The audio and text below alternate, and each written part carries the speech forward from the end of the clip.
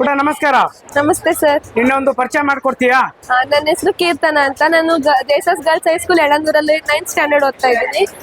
ಈ ನಮ್ದು ಏನಪ್ಪಾ ಅಂತಂದ್ರೆ ಇಲ್ಲಿ ನಾವು ಸಿರಿಧಾನ್ಯಗಳ ಬಗ್ಗೆ ಸಿರಿಧಾನ್ಯಗಳ ಮಹತ್ವನ ನಾವು ಎಲ್ಲರಿಗೂ ಹೇಳ್ಬೇಕು ಅಂತ ಇದ್ದೀವಿ.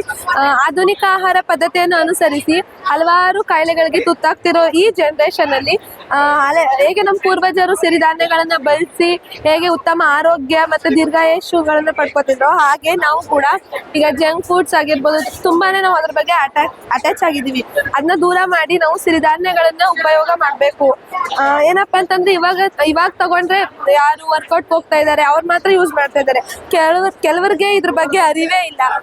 ಇದ್ರ ಬಗ್ಗೆ ಅರಿವು ಮೂಡಿಸೋದೇ ನಮ್ದು ಈ ಮಾಡೆಲ್ ಇದಾಗಿದೆ ಸರ್. ಓಕೆ, ಇಲ್ಲಿ ಯಾವ್ಯಾವ ಸಿರಿಧಾನ್ಯಗಳಿದಾವೆ ಅದಕ್ಕೆ ಮಾತ್ರ ತಿಳಿಸ್ತೀರಾ? ಸರ್, ಜೋಳ, ನವಣೆ, ಸಜ್ಜೆ, ಅರ್ಕ, ಮತ್ತೆ ಕಂಬು, ಸಾಮೆ, ಊದ್ಲು, ಅರ್ಕ ಹೀಗೆ ಇದೆ ಸರ್. ಆದ್ರೆ ಕೆಲವರಿಗೆ ಇದ್ರ ಬಗ್ಗೆ ಇವಾಗ ನಾವು ಡೈಲಿ ಯೂಸ್ ಮಾಡೋದು ರಾಗಿ ಆಗಿರ್ಬೋದು ಮತ್ತೆ ಜೋಳ, ಇವೆರಡನ್ನ ನಾವು ಡೈಲಿ ಯೂಸ್ ಮಾಡ್ತೀವಿ ಸರ್. ಇಷ್ಟೊತ್ತು ಮಾಹಿತಿ ತಿಳಿಸ್ಕೊಡೋದಕ್ಕೆ ಧನ್ಯವಾದಗಳು.